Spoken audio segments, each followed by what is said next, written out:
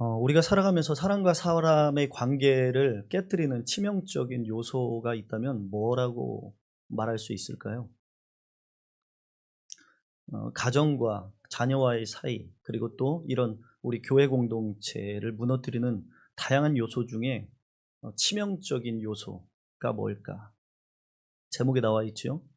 바로 오해입니다. 오해. 오늘은 이 오해에 대해서 본문을 중심으로 좀 다뤄보려고 합니다. 여러분, 오해가 뭡니까? 오해. 여러분, 지금도 누군가를 오해하고 계신 분들 계십니까? 그렇죠. 오해하는 사람은 오해라고 생각 안 하지요. 왜냐하면 그걸 정답으로 믿고 있으니까 오해라고 생각 안 해요. 오해인데도 불구하고. 근데 상대방은 그게 오해라는 걸 알지요. 종종 우리는 내 눈에 보이는 단편적인 사실 하나만 가지고 내 경험과 기준에 안경을 끼고 상대방의 행동을 해석합니다. 사실관계를 묻는 과정은 생략하고 마음속으로 이미 상대방에 대한 재판을 열고 판결까지 내립니다. 얼마나 많이 우리는 자주 그런 일들을 하고 있는가. 그 결과 어떻게 됩니까? 상대방의 이야기를 들어보지 못했기 때문에 내 안에 분노가 싹 트고 그 분노는 소중한 관계를 깨트려버리고 공동체를 깨트려버립니다.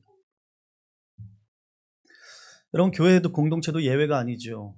사단은 교회를 외부의 핍박으로부터 공격하지 않습니다. 특히 한국 사회, 현대의 한국 사회의 교회는 그렇습니다. 오히려 내부에서 서로를 오해하게 만들고 섣불리 판단하고 결정짓게 만들어서 그래서 끝내 의심하게 만들어 관계의 균열을 만듭니다. 그게 사단이 가장 잘 사용하는 방법 중에 하나입니다. 어느 교회에 매주일 점심 식사 시간이 되면 오후 예배 드리지 않고 항상 급하게 빠져나가는 성도 하나가 여자 집사님 하나가 있었습니다. 이 여자 집사님은 청소도 돕지 않고 식당 봉사도 하지 않고 예배만 끝나면 황급히 빠져나가는 겁니다. 처음에 한두 번은 바쁜 일이 있겠거니 했어요. 하지만 이런 행동이 몇 달째 반복되니까 봉사하던 구역 식구들이 서서히 마음의 재판을 하는 겁니다. 성도 각자가 자신의 경험과 기준을 가지고 안경을 끼고 그 상황을 분석하기 시작합니다. 아, 저 여집사 시험 들었나 봐. 그래서 끝나자마자 빨리 가나 봐.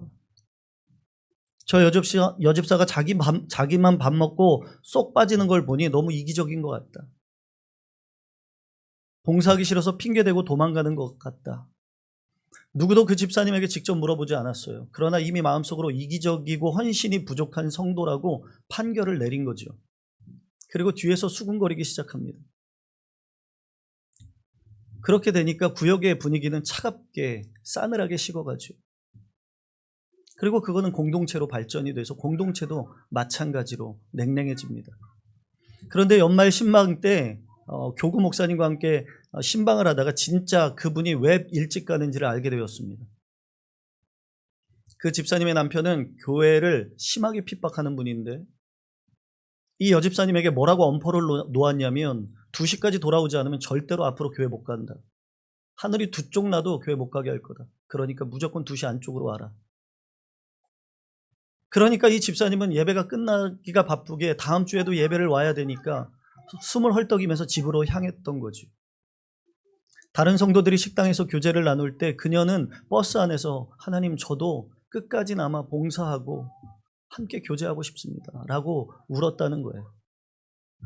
여러분, 우리에게 보여주는 단편적인 사실은 일찍 집에 간다입니다. 그리고 내 기준으로 내 안경으로 보고 내 안경을 끼고 보는 건 남아서 봉사하는 사람이 진짜 그리스도인이다, 진짜 헌신자다라고 해석해버리는 거죠. 사실 확인은 생략한 채 들어보고 싶지도 않은 거죠. 보이지 않는 영적 전투를 치르고 있는 형제를 정죄하는 무서운 죄를 범할 수도 있던 상황입니다. 여러분 어떠세요? 여러분 어떤 오해를 하고 계십니까?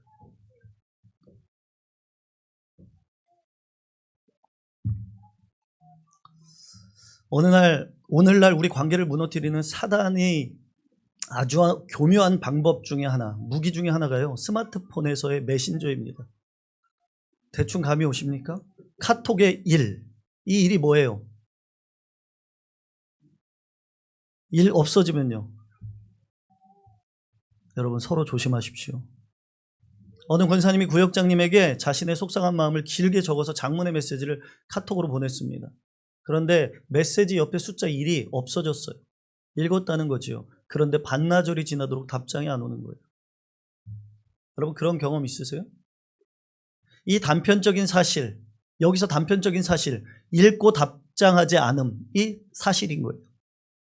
그러나 권사님의 마음속에 그 읽고 답장하지 않음이 권사님 마음에 들어오니까 무서운 속도로 스스로 재판을 하기 시작하는 거예요. 내 안에. 1단계 해석. 내 메시지를 무시하고 있구나. 읽었는데 답장 안 하니까. 두 번째, 과거의 내 경험과 노하우의 소환. 생각해보니 지난주 주일날 분명히 나는 저분에게 인사한 것 같은데 저분은 내 인사를 안 받았어. 5만 가지 과거의 잡일을 다 끌어오는 거예요. 세 번째, 판결. 구역장이 나를 싫어하고 편애하는 것이 분명해. 이런 구역에선 더 이상 신앙생활 못하겠다. 혹시 저에게 그런 오해 갖고 계신 분 계신가요? 제가 좀 무뎌서 항상 말씀드리지만 저는 우리 교회에서 을입니다. 그렇기 때문에 그걸 염두하시고 혹시라도 오해가 있으면 저한테 꼭 찾아오시기 바랍니다. 예전에 제가 사무실에서 책을 보고 있으면 제가 뭔가에 집중을 하면 저도 편안한 인상은 아니거든요. 그래서 집중을 하고 있으면 인상이 이렇게 찌푸려지는 거예요. 그러면 저를 보러 우리 성도님들이나 청년들이 왔다 그냥 나가요. 뭐 화났나 보다. 오해를 하는 거죠. 난 기분 좋은데 그냥 집중해서 말씀 보고 있는 건데. 결국 권사님은 상처를 입고 구역 모임에 나가지 않았다고 선언했습니다. 나가지 않겠다고 선언했어요. 그러나 나중에 진실은 어떻게 해요? 드러나요. 그리고 항상 민망한 순간이 옵니다. 구역장님이 마침 운전을 하던 중에 신호대기가 걸렸을 때 카톡이 온 거예요. 그래서 자기도 급한 건 줄 알고 본 거예요. 그런데 너무 메시지가 기니까 심각하니까 집에 가서 기도하고 조용히 기도하고 정성껏 답장을 써줘야 되겠다 하는 마음으로 집에 도착을 했는데 도착해보니 아이가 열이 39도를 넘어가는 거예요. 그래서 이 아이를 들쳐 업고 응급실을 가가지고 이 아이 뒤치다거리 하다가 새벽녘에야 집에 왔으니까 답장할 타이밍을 놓쳐버린 거죠. 구역장님은 권사님을 무시한 게 아니라 오히려 더 깊이 공감하고 기도해 주려다가 이런 상황이 생겼다는 거예요. 여러분 사실 인간관계나 사람은요 깊이 보면 나쁜 사람 하나 없습니다. 대부분이 오해지요. 우리의 이런 오해는 치밀하고 논리적인 척 다가옵니다. 내가 본 단편적인 조각이 내가 생각하는 모든 퍼즐의 완성인 것처럼 나를 착각하게 만들어요. 그러니까 묻지 않고 확인하지 않으면 우리의 뇌는 스스로 부정적인 소설을 계속 써내려갑니다. 그리고 사탄은 그 공간을 파고들어서 작은 오해를 거대한 분열과 갈등의 씨앗으로 키워낸다는 거예요. 오늘 바로 이 오해에 대한 이야기가 여호수아 22장의 전체 내용입니다. 집에 가셔서 이 전체 내용을 다 읽을 수 없어서 읽지 않았는데 한번 시간이 되시면 꼭 읽어보세요. 여호수아 22장은 사실은 어찌 보면 굉장히 기쁨과 즐거움과 감사가 넘치는 장이어야 했습니다. 왜 그러냐면 가나안 정복전쟁을 마치고 땅 분배를 다 해준 다음에 요단강 저쪽에서 이미 땅 분배를 받았던 동편의 세 지파가 자기의 고향으로 7년 만에 돌아가는 순간이기 때문에 그렇습니다. 얼마나 좋겠습니까? 자기가 정착했던 땅을 분배받았던 이미 분배받았던 그 땅으로 요단강을 건너 자기의 고향과 아이와 처자식이 있는 사랑하는 가족을 보러 7년 만에 가는 겁니다. 목숨 걸고 싸우다가 목숨을 지켰고 가나안 남은 지파에게 땅을 분배받았고 얼마나 기쁜 일이에요. 평화가 찾아와서 이제 집으로 돌아가야 돼요. 그런데 생각지도 못한 오해를 통해 그 기쁨이 산산조각이 나고 갈등과 분열의 위기에 놓이게 돼요. 그렇다면 이스라엘은 그런 오해로 위기와 갈등이 생겼고 그 오해의 위기를 어떻게 해결해 나가는지 본문을 중심으로 우리가 좀 볼 때 우리 자신을 점검하는 은혜가 있기를 간절히 축복합니다. 먼저 여러분 오해가 무서운 것이 뭐냐면요. 아무리 오랜 시간 잘했어도 한 번의 작은 오해가 모든 것을 무너뜨린다는 거예요. 오랜 시간 검증된 신뢰조차도 한순간 무너뜨리는 파괴력이 있는 게 오해라는 거예요. 무슨 이야기인가? 가나안 정복전쟁이 거의 마무리된 시점에 요단 동편에 이미 땅 분배를 받았던 르우벤, 갓, 므낫세 반 지파는 자신의 기업인 요단 동편으로 이제 돌아갑니다. 이미 요단 동편의 땅 분배를 받았음에도 불구하고 평안히 살 수 있음에도 불구하고 형제들의 땅을 얻는데 자신들도 함께 싸우겠다고 7년이라는 시간을 함께 싸웠어요. 피 흘리며. 그런데 그런 세 지파를 보며 여호수아가 뭐라고 이야기하냐면 3절에서 너희가 오늘까지 날이 새도록 너희 형제를 떠나지 아니하고 7년 동안 너희들은 의리를 지켰다는 거예요. 믿음의 신의를 지켰다는 거예요. 여기를 떠나지 않고 끝까지 헌신한 것을 여호수아가 지도자가 칭찬하고 있는 거예요. 여기서 떠나지 아니하고라는 히브리어 단어 아자부라는 단어를 보니까 단순히 자리에 머물러 있는 것이 아니라 어떤 의미냐면 버리지 않고 끝까지 포기하지 않는 굳건한 의지를 내포하고 있어요. 그러니까 요단 동편의 지파들이 이 나머지 일곱 지파, 나머지를 9지파를 지키기 위해서 그들은 굳건한 의지를 가지고 믿음의 의리를 지키고 있다는 거예요. 여러분, 여기서 한 가지 좀 짚어볼 게 있어요. 믿음의 사람은요, 자신에게 맡겨진 자리를 끝까지 지키는 사람인 줄로 믿습니다. 왜 동편의 세 지파가 끝까지 나머지 지파를 위해 함께 싸웠는가? 이스라엘이 하나의 공동체이기 때문입니다. 요단강 사이로 동편과 서편으로 비록 나누어질지라도 우리는 하나님을 섬기는 한 민족이며 한 공동체임을 알고 있기 때문에 그들은 끝까지 함께 자리를 지켰다는 거예요. 그런다고 한다면 요단 동편이 무려 7년 동안 자리를 지켜낸 그 헌신과 책임감이 우리 주담교회에도 있기를 간절히 축원합니다. 간절히 축원합니다. 우리에게도 처음 결단대로 기쁠 때나 힘들 때나 끝까지 사명감을 감당하는 이 한결같은 책임감이 필요한 줄로 믿습니다. 그런데 보세요. 지금 요단 동편의 세 지파가 이처럼 7년 동안 충성스럽고 책임감 있게 의리를 지켰다고요. 신의를 지켰어요. 언제까지라도 이것만 보면 믿을 수 있는 관계인 것 같습니다. 이 관계가 끝까지 갈 것 같아요. 그도 그럴 거지 7년 동안 정복전쟁을 하면서 지켜보지 않았겠습니까? 옆에서? 그럼 좀 믿어줘야죠. 오해가 생겨도. 근데 인간은 그렇지가 못해요.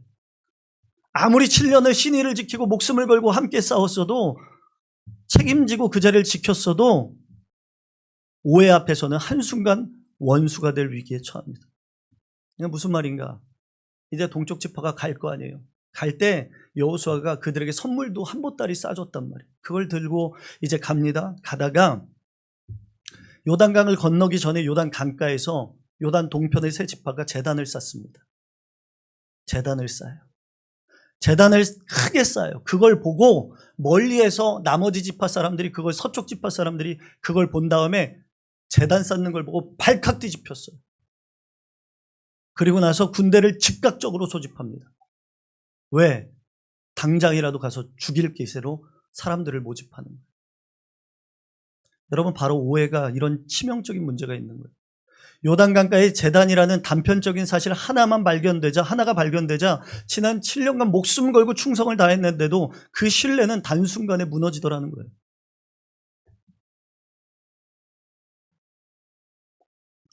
오해는요, 우리가 오랜 시간 쌓아온 신뢰의 역사를 아무것도 아닌 것으로 만들어버리고 확인되지 않은 단 하나의 변수에만 집착하게 만들어요. 아무리 충성스러운 헌신이 있더라도 오해를 통해 섣부른 판단을 하게 되면 그 관계는 깨지게 된다는 거예요. 그렇기 때문에 여러분, 모든 공동체 안에서 사람 관계에서 어떤 중요한 상황에 맞닥뜨리더라도 섣부른 판단 앞에서 항상 먼저 멈춰 서야 하는 지혜가 우리 안에 있어야 할 줄로 믿습니다. 먼저 멈춰 서야 돼요. 그런데 어떻게 해요? 이스라엘 백성들 서쪽 지파는 먼저 군대를 소집한다고요. 고향으로 돌아가던 요단 동편 지파들이 요단 강가에서 거대한 제단을 쌓았어요. 이 소식을 들은 서쪽의 9지파 반은 발칵 뒤집혔죠. 즉각 군대를 소집합니다. 전쟁도 불사하겠다는 거예요. 그럼 동쪽 지파가 돌아가는 길에 제단을 쌓은 것에 서쪽 지파가 왜 이토록 화를 내는가, 분노하는가? 두 가지 이유가 있습니다. 신명기 12장에 보니까 제사는 율법적으로 한 곳에서, 지정된 곳에서 드렸어야 됐어요. 성경에 보니까 실로에서 그들은 예배했습니다. 그러니까 거기서만 제사를 드려야 되는 거예요. 그들의 정체성인 거예요. 그런데 그걸 아는 요단 동편의 지파가 자기 고향으로 돌아가다 말고 제단을 쌓는다? 이것은 정체성을 흔드는 문제인 거예요. 혼란스럽게 하는 문제인 거죠. 그 한 가지. 그리고 두 번째, 어떤 이유일까요? 저들이 그것이 만약에 아니라면, 하나님께 예배하려고 제단을 쌓은 것이 아니라면 두 번째 이유일 거다. 혼자 막 판결을 내리고 있는 거예요. 두 번째 이유는 뭘까? 우상숭배다. 저들이 이제 살만해지고 보물도 있겠다. 그걸 가지고 고향으로 돌아가는 길에 하나님이 아닌 우상숭배를 하려고 제단을 쌓았구나. 지금 이 대답이, 이 해석이 누구에게서 나온 거예요? 서쪽 지파에서 나온 거예요. 동쪽 지파와 한마디 이야기해 본 게 아니에요. 멀리서 큰 제단이 쌓아지는 것만 보고 오해를 하고 그런 결론을 내리고 사람들을 일으킨 거예요. 그러면 여러분, 왜 이토록 서쪽 지파가 이렇게 민감하게 반응할까? 이유가 있어요. 오늘 성경 17절 읽어보겠습니다. 17절, 22장 17절.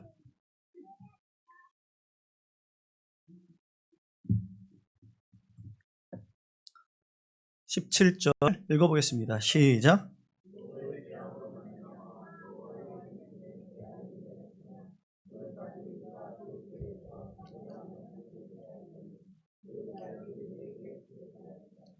여러분, 부올의 죄악, 음행으로 말미암아 전염병으로 2,400명이 죽는 심판을 받았습니다.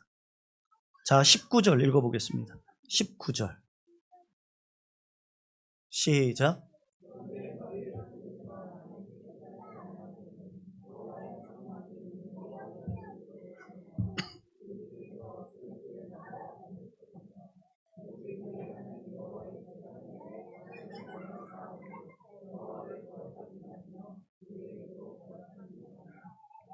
무슨 말입니까? 18절에 보니까 18절, 19절에 보니까 17절, 18절 제가 읽어드릴게요. 오늘 너희가 돌이켜 여호와를 따르지 아니하려고 하느냐? 너희가 오늘 여호와를 배역하면 내일은 그가 이스라엘 온 회중에 진노하시리라. 그러니까 뭐예요? 이스라엘이 전적이 있는 거예요. 부올의 음행 사건과 또 하나 아간의 죄. 그로 인해 얼마나 많은 내 이웃과 친척들이 죽음을 당했습니까? 그러니까 이들은 트라우마가 있는 거예요. 두려운 거예요. 왜? 이 요단 동편도 한민족인데 그들이 건너가기 전에 저런 죄를 지으면 이제야 안정감을 느끼고 평안함이 찾아왔는데 이거 또 심판받는 거 아니야? 두려운 거예요. 이들의 서쪽 지파의 열심이 사실 틀리지 않았어요. 동기는 훌륭합니다. 그러나 결정적인 실수를 한 거죠. 뭡니까? 사실을 확인하기 전에 내 기준으로 상대방의 행동을 해석하고 판단해버리는 오해를 했다는 거예요. 사실 확인을 해도 늦지 않은데 먼저 본인이 판단하고 결정을 내려버렸다는 거죠. 그 실수를 한 거예요. 지금. 그러니까 서쪽 지파도 나무랄 게 아닌 게 트라우마가 있으니까 그들도 그렇게 하고 있다는 거예요. 여러분, 교회 안에도 얼마나 이런 일이 자주 일어납니까? 단편적인 상황 하나, 누군가를 통해 건네들은 한마디를 가지고 상황을 다 안다고 착각해서 우리는 해석합니다. 상대방이 왜 그런 행동을 했는지 맥락을 묻지 않아요. 그리고는 내 해석이 곧 진실이라고 굳게 믿어버려요. 그리고 그것을 재확대 생산해버립니다. 어느 교회의 한 권사님이 교회의 권사님 두 분이 관계가 심각하게 안 좋아졌어요. A, B가. 왜 이유가 뭔가 봤더니 A 권사님이 인사를 했는데 B 권사님이 쳐다보지도 않고 지나갔다는 거예요. 인사를 받지 못한 권사님은 나를 무시하는구나, 나를 우습게 여기는구나 라고 상처를 받고 분노했습니다. 그런데 몇 달 뒤 지나고 보니 이 권사님이 왜 인사를 안 했나 보니까 백내장 수술을 받아서 눈이 부셔가지고 사람을 못 알아보는 거예요. 여러분, 이 이야기와 연계해서 여러분, 저희 아내를 보면 혹시라도 인사를 못하면 이해해 주시기 바랍니다. 눈이 안 좋아요. 그래서 저도 멀리 있을 때 멋있어 보인다 그러고 가까이 오면 멀리 가라 그래요. 그러니까 시력이 안 좋아요. 안경을 써야 되는데 잘 안 봐요. 그래서 혹 놓칠 수 있다는 거. 그러니까 남편도 못 알아보는 여자다 이렇게 여기시면 돼요. 그러니까 굳이 나한테 인사 못했다고 속상해하지 마시고 잘 안 보이는구나. 참 오해라는 게 무서운 거예요. 그렇죠? 제가 일전에 이야기 한번 드린 것 같은데 춘천 온누리교회에 부임을 했는데 행정 업무를 보는데 거기는 주보 포인트가 8포인트예요. 여러분 지금 이것도 작게 보이잖아요. 8포인트면요 눈이 아파요. 그런데 주보가요 엄청 몇 겹으로 되어 있어요. 아무튼 거기는 주보를 일주일 내내 해요. 들어가는 것도 많고 막 그래요. 첫 부임해가지고 주보를 한 3주쯤 만들었을까? 맛있게 점심 먹고 있는데 갑자기 어느 권사님이 제 옆에 착 붙더니 주보를 탁 보여주는데 빨간 펜으로 주보가 탁탁탁 돼 있어요. 그래서 속으로 뭐야 이거. 너무 당황스러운 거예요. 한 번도 겪어보지 않은 일이었어요. 아니 나중에 밥 먹고 사무실에 와서 해도 되지. 굳이 밥 먹는데 와가지고. 여러분 되게 착한 표정으로 앉아 계시는데 여러분들도 그런 상황이 되면 그런 표정으로 지금 바라보지 못하실 거예요. 제가 어땠겠어요? 뭐 이런 사람이 다 있지? 그러지 않았겠습니까? 아직 인사도 제대로 나누지 못했고 친해지지도 않았는데 이거 뭔가 좀 조심스럽게 사무실 와서 이야기해도 되지 않는가? 아무튼 그렇게 이야기를 한참 목사님 이런 게 틀렸으니까 이거 수정해 줘야 되고 해요. 그래서 들었어요. 듣고 그다음부터 더 틀리지 않으려고 열심히 했죠. 그런데 사무실에 왔는데 기분이 더 나쁜 거예요. 이 상황과 이 태도와 이 모든 게 화가 나는 거예요. 그다음부터 그분은 기피 대상 1호가 됐어요. 그런데요, 희한하죠? 제 주변엔 그런 분들만 더 많아요. 그분하고 더 가까워진 거예요. 몇 개월이 지났어요. 그분하고 가까워졌을 때 그분이 저한테 그때의 일을 꺼내면서 이야기하는 거예요. 사실은 목사님 제가 국어 교사라는 거죠. 근데 국어 교사인데도 그 중에서도 학사에서도 일하고 연구도 하고 막 하는 국어 선생님들의 국어 선생님인 거예요. 아무튼 뛰어난 분인 거예요. 그래서 연수도 많이 다니고. 그러니까 그분 눈에는 이 국어 철자가 사명인 거예요. 사명. 그러니까 오타 있으니까 그거를 막 참지를 못하고 열정적으로 와서 저한테 막 열정적으로 얘기한 거예요. 그 이유는 우리 다음 세대가 오타를 보고 국어를 잘못 배우면 어떡하냐. 그럴 수 있죠. 그러면서 죄송하다고 하는 거예요. 근데 문제는 그 사과를 받는 제가 더 미안한 거예요. 얼마나 욕을 했게요. 그동안 제가 얼마나 오해를 해서 더 미안한 거예요, 제가. 그런데 놀라운 건 제가 2년 사역을 하고 나올 때 그 국어 선생님 모임이 있었어요. 다 그런 분이에요, 네 분 다. 대충 아시겠죠? 피곤한 스타일. 근데 저 이제 다른 데로 부임한다고 하니까 저녁에 모임을 좀 갖자고 그 네 분이 저를 되게 좋아해 주셨어요. 그래가지고 네 분이랑 식사를 하는데 갑자기 한 분이 벌떡 일어나더니 저를 위한 시를 썼대요. 누가 국어 선생님 아니랄까봐 시를 썼대요. 그러면서 민망해 죽을 것 같은 거예요. 굳이 저렇게까지 해야 되나? 그냥 잘 써서 주면 되지. 아마 평생 못 잊을 거예요. 그러면서 나태주 시인의 책을 한 권 선물해 주면서 또 선물과 주시더라고요. 아무튼 든든한 동역자가 되었어요.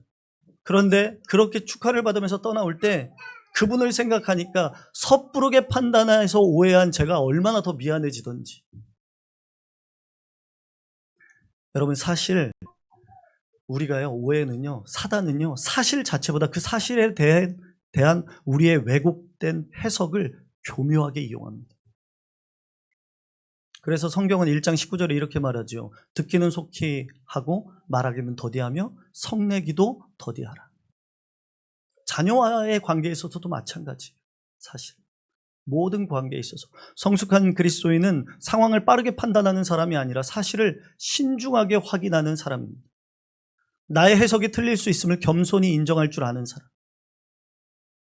그러면 이스라엘 백성들은 이런 갈등, 오해로 인한 갈등과 분열의 위기를 어떻게 해결했는가?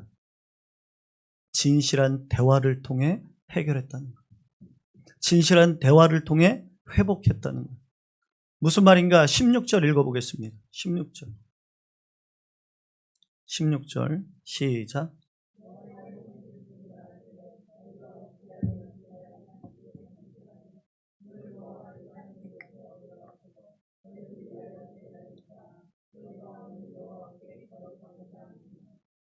전쟁의 위기 앞에서 서쪽 지파는요 일촉즉발의 상황에서 다행스럽게도 제사장 비느하스가 차분하게 그래도 그 중에서 리더이기 때문에 각 지파의 대표들을 한번 보내보자.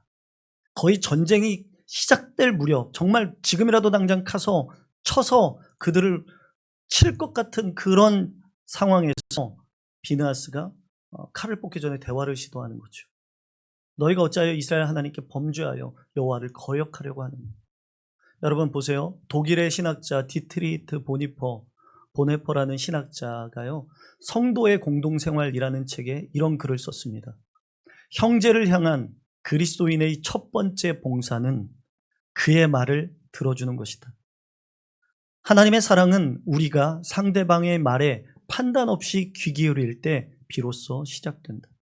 스스로 다른 사람의 말을 들으려 하지 않는 자는 결국 하나님의 말씀도 듣지 못하게 될 것이다. 비느하스와 서쪽 지파 대표들이 칼을 내려놓고 묻고 들었던 이 대화와 경청의 과정이 단순한 절차가 아니라 공동체를 살리는 영적 봉사였다는 것을 깨닫게 해주는 대목입니다. 그래서 그렇게 서쪽 지파의 대표들이 동편 지파의 말을 듣고자 할 때 방어적으로 분노하지 않고 동쪽 지파는 진실되게 설명을 하죠.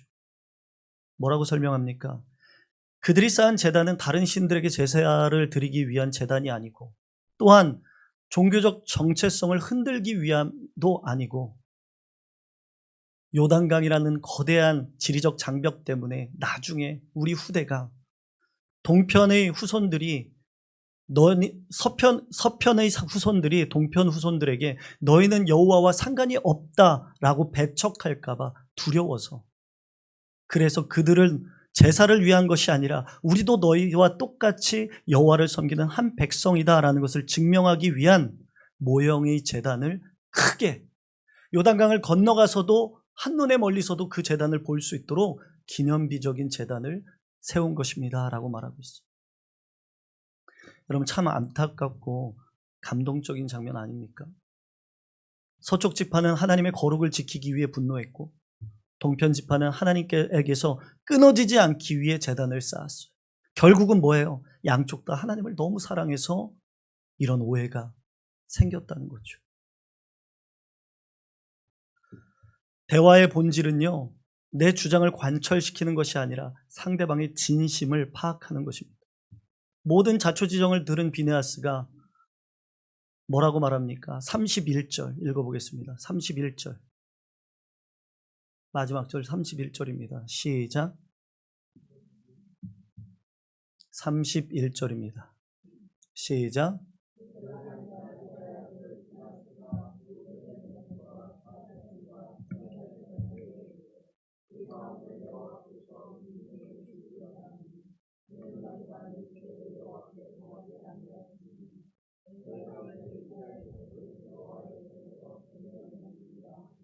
아멘. 뭐라고 말합니까? 오늘 우리가 알았도다. 여호와께서 우리 가운데 계시도다. 오해가 풀리고 공동체가 회복되었습니다. 단절된 마음이 이어졌어요.